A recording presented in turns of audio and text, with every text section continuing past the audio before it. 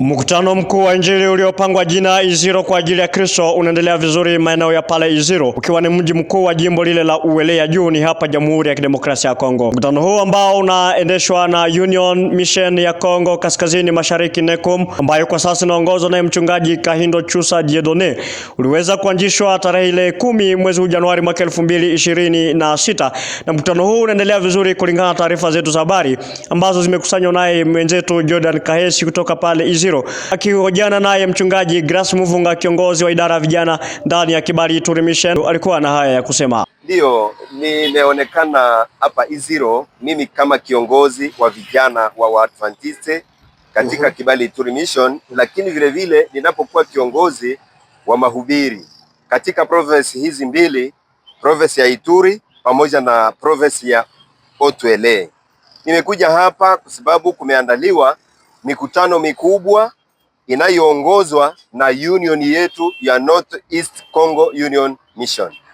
Mikutano ya kuendesha habari inaendelea vizuri sana, tena kwa kasi sana, kwa sababu tumeandaa vituo 15, lakini sababu ya shida zingine ambazo zimetufikia tumeendesha vituo 13. Hivi vyote vinakuwa very active.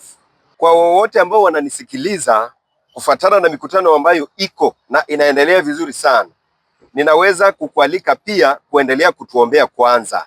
Hivi tumemaliza juma moja na tunabaki na wiki lingine moja ili mikutano ifike kwa mwisho.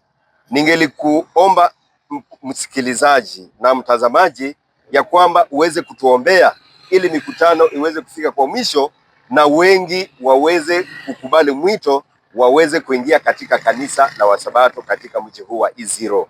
Tukumbushe kwamba Sabato hii ya tarehe 17 mwezi wa Januari mwaka 2026 ni watu wapatao 23 ambao waliweza kumkubali Yesu Kristo kuwa Bwana na Mwokozi wa maisha yao kupitia ubatizo wa maji mengi. Na tukumbushe kwamba Sabato hii ya tarehe 24 mwezi wa Januari mwaka 2026 ndio Sabato ya kuhitimishwa kwa mkutano mkuu huu wa Injili, na maelfu ya watu wanasubiriwa kubatizwa hadharani wanapoonesha kwamba wamemkubali Yesu Kristo kuwa Bwana na Mwokozi wa maisha yao na kuingia kwenye kanisa la kweli. Nikiripoti kutoka North East Congo Union Mission, Jamhuri ya Kidemokrasia ya Kongo, mimi ni Pastor Lanares kwa niaba ya Hope Channel Tanzania.